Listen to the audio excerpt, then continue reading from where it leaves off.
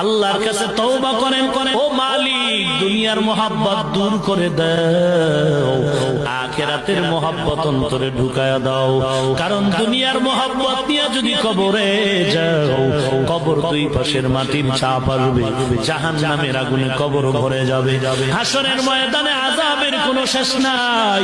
এরে আল্লাহর বান্দা, যুবক কবির বাবাজি ও পর্দার আড়ালের মা, টুপির কারণে মাথা নষ্ট না, দাড়ির কারণে সম্মান কমে নাই। আমিও মায়ের সন্তান, কোরআনওয়ালার মা ও মা, তুমিও মা, কোরআনওয়ালার বাবাও একজন বাবা, তুমিও সন্তানের বাবা। মাদ্রাসায় কোরআন পড়ে সম্মান কমে নাই রে বাবা।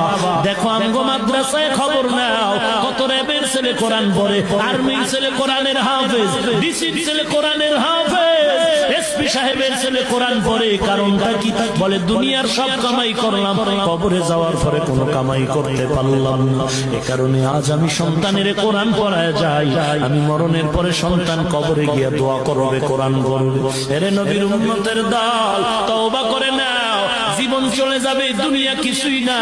বাসের নিচে কত যুবকের লাশ, পানির নিচে কত যুবকের লাশ, ঘুমের ঘরে কত যুবকের লাশ। এরে যুবক, আল্লাহর গোলাম তোর মতো যুবক স্কুল কলেজে পড়ে দাড়িওয়ালা নামাজি আছে না? আরে আবার পুলিশ, বিডিআর, ডাক্তার। কারণ আমি যদি ঘুমায় যাই আর রহমতের নবী আইসা ডাকিয়া যদি আমাকে না পায়, অন্য দিক থেকে দুশমনের আক্রমণ, নবীর উপরে আক্রমণ যদি হয়, নবী যদি চলে যায়, আমি আবু বকরের বেঁচে থেকে কি লাভ? কারণ আমি আবু বকর যেই নবীর সোহবত আর নেক নজর এত দামি হয়ে গেলাম, হঠাৎ খবর হয়ে গেল নবী নাই, নবী নাই।